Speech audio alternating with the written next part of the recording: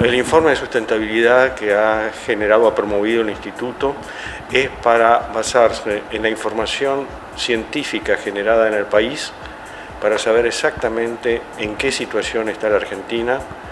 respecto al Concierto de las Naciones, saber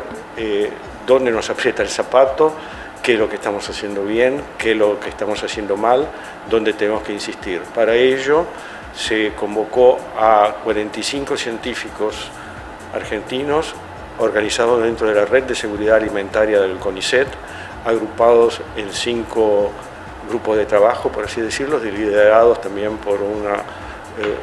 personalidades, y de ahí surgió este informe que en su totalidad consta de alrededor de 500 páginas y ahora lo estamos difundiendo. Básicamente demuestra que la Argentina desde el punto de vista de sustentabilidad está bien. Solamente quiero recalcar alguna cifra, por ejemplo, que la ganadería argentina contribuye solamente un 0,15% a los gases de efecto invernadero del mundo. Es decir, tenemos 54 millones de cabezas de hacienda, su contribución al calentamiento global es mínimo, lo que destruye con datos concretos muchas aseveraciones que afirman lo contrario. Por ejemplo, no solamente es gases de efecto invernadero, sino también es algo muy importante que es la huella hídrica, es decir, cuánta agua lleva todo el proceso. Y la gran mayoría, ya estamos hablando más del 95% del agua utilizada es lo que se llama agua verde, es decir, que no se está afectando de ninguna manera los recursos hídricos del país. ¿Cómo son los países compradores? ¿Cuánta atención le prestan al tema sustentabilidad de los productos alimenticios que compran? Sí, la pregunta es muy buena, gracias. Hay un componente emotivo y hay un componente de formación de opinión pública sobre bases científicas. La cuestión emotiva, eso depende mucho de cómo se maneje la opinión pública, y en nuestros países compradores más sofisticados indudablemente le están prestando atención, pero esto fácilmente también puede transformarse en una barrera arancelaria si uno no tiene los datos suficientes para demostrar cuán amigable con el medio ambiente somos. Y en ese caso, yo dije recién que también estamos viendo dónde nos aprieta el zapato. Una de las cuestiones que tenemos que evaluar y hacer valer es la capacidad de secuestro de carbono de nuestros suelos ganaderos, que eso está en vías de computarse, pero por ejemplo en los sistemas de medición internacionales no se lo tiene en cuenta, y eso es algo que estamos bregando en distintos ámbitos, como por ejemplo la FAO. Precisamente esto es algo nuevo en el mundo. ¿Por qué? Porque si vamos a la historia de los gases de efecto invernadero y el cambio climático, surgió sobre todo de los procesos industriales, donde ahí son grandes emisores de dióxido de carbono, sobre todo, y se le prestó poca atención a la parte agrícola, que eso vino más tarde,